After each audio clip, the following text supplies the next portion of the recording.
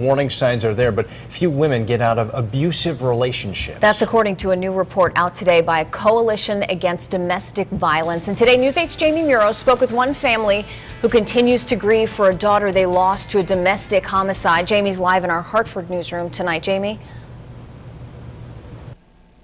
Well, Sonia, the family we're about to meet really believe that their daughter was in control of the situation. Meanwhile, we learned today that the #1 cause for women to be in the emergency room is because they are victims of domestic violence. Now, this report shows today that a lot has been done to help people who are victims of domestic violence, but more still needs to be done. And if more isn't done, then unfortunately, people are going to continue to die.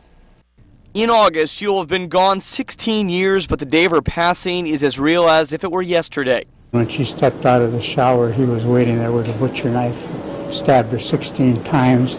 Any one of 9 would have been fatal. Domestic violence homicides like that of Margaret Bostrom are far too common in our country. A recent study released by the Connecticut Coalition Against Domestic Violence reveals there were 18 domestic violence murders in 2010, almost all the victims women, all of the perpetrators men.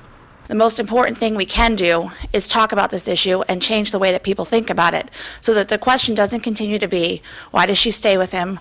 Why does she put up with that? And instead the question is, why does he think he can treat her that way? Key findings include family or friends weren't aware the victim was in an abusive relationship. That abuse started when the victim was a teenager. The victim had a job, and family members didn't feel connected to support services. I didn't know when I was in the middle of my divorce that I was also in the middle of one of the most dangerous times for women.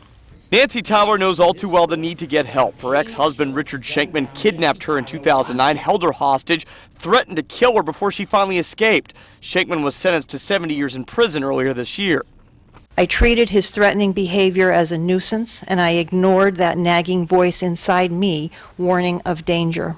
The key to this study, know the warning signs, get help, offer help. The kind of help that came too late for Margaret Bostrom. I saw fingerprints on her arm at one time, and I asked her about it, and she said, "Mom, it's been taken care of. You don't have to worry about it. It won't happen again." Margaret's husband is serving time in jail, though her family tells me that he should be released here in just a few years. Meanwhile, this is an important read, and it is available on our website at WTNH.com. We're live in the Hartford newsroom. I'm Jamie Muro, News 8.